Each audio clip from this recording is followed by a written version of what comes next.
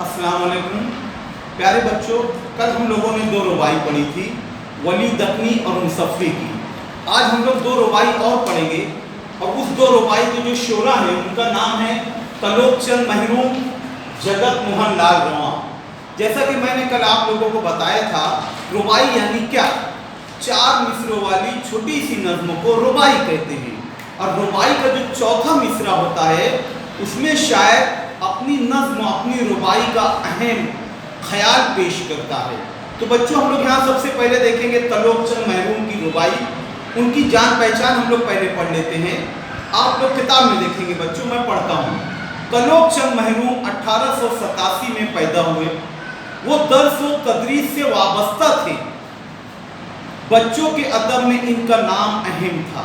देखो बच्चों, यहाँ पर एक चीज़ है, दर्स व तदरीस। दर्स व तदरीस का मतलब होता है मुअल्लिमी का पेशा। मुदर्रिस, जिसे हम लोग आम जबान में आजकल टीचर कहते हैं ना, उसको अच्छी उर्दू ज़बान में कहा जाता है मुअल्लिम, मुदर्रिस।